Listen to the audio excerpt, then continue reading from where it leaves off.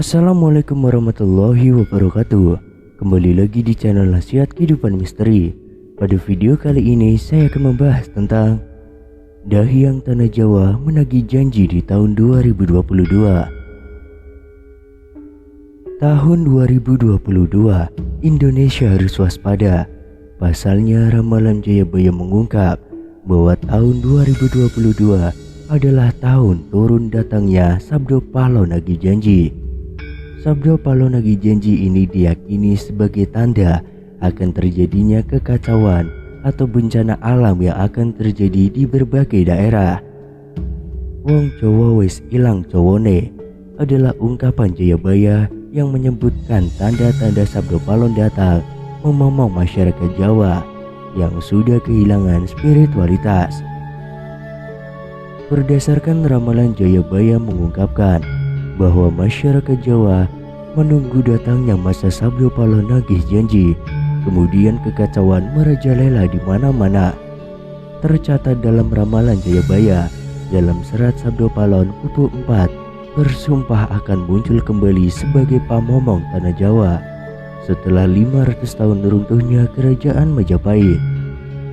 Apabila dihitung 500 tahun dari kerajaan Majapahit runtuh pada tahun 1478, maka ramalan datangnya masa Sabdo Palo Nagih Janji jatuh pada tahun 2020 hingga 2022. Ramalan Jayabaya tentang Sabdo Palo Nagih Janji akan segera muncul.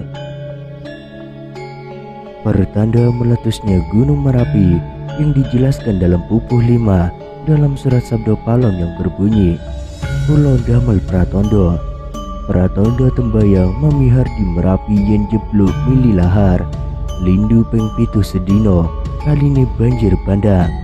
Yang artinya, saya akan membuat pertanda sebagai janji teguh saya apabila Merapi sudah meletus mengeluarkan lahar dan terjadi gempa bumi 7 kali dalam sehari serta banjir bandang akan datang.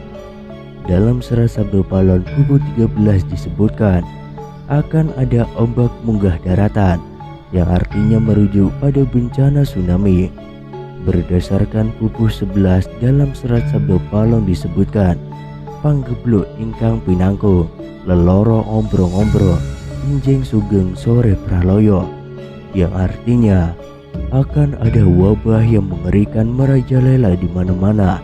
Paginya orang-orang hidup, sorenya banyak yang mati. Selain itu, ada juga kejadian sosial di mana perpolitikan akan memanas di tanah Jawa sehingga Indonesia menjadi karut-marut.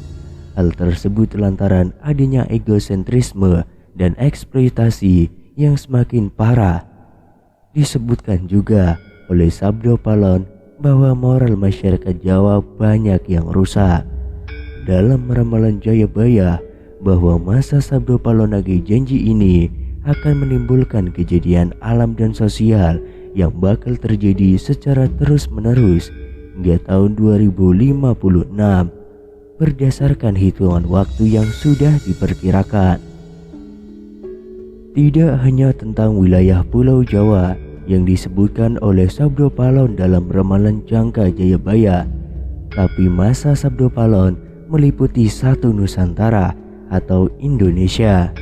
Itu artinya dari Sabang sampai Merauke diramalkan sama-sama akan mengalami kejadian bencana alam dan sosial. Datangnya rentetan peristiwa tersebut akan terjadi secara turun-temurun atau silih berganti dan tidak menentu. Perlu diketahui, Sabdo Palon merupakan tokoh legendaris, pandita, penasihat kerajaan Majapahit, penguasa terakhir yang beragama Buddha dari kerajaan Majapahit di Pulau Jawa. Beberapa ramalan Jayabaya terbukti pada beberapa dekade terakhir. Namun sebagian masyarakat tetap berdoa dan berikhtiar agar Indonesia selalu aman dan damai tanpa bencana di tahun 2022. Sabdo Palon marah karena pada mulanya terjadi satu peristiwa. Kisah ini diawali dengan munculnya sosok ulama dari Persia yang datang ke Pulau Jawa. Dia adalah Syekh Syubakir yang diutus untuk menyebarkan agama Islam di tanah Jawa. Syekh Subakir kemudian bertemu dengan Sabdo Palon, lalu keduanya beradu kesaktian dan akhirnya membuat sebuah perjanjian. Kisah dari tanah Jawa ini konon tertera dalam tulisan lontar kuno yang diperkirakan ditulis oleh Kanjeng Sunan Derajat atau setidak-tidaknya oleh murid atau pengikutnya.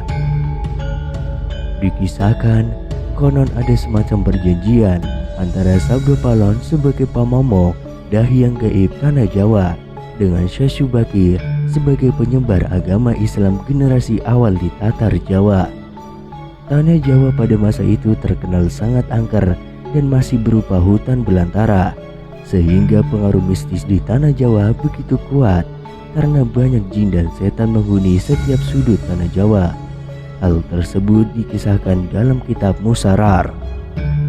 Kedatangan Syekh Subakir ke tanah Jawa atas perintah Sultan Turki saat itu, yaitu Sultan Muhammad I.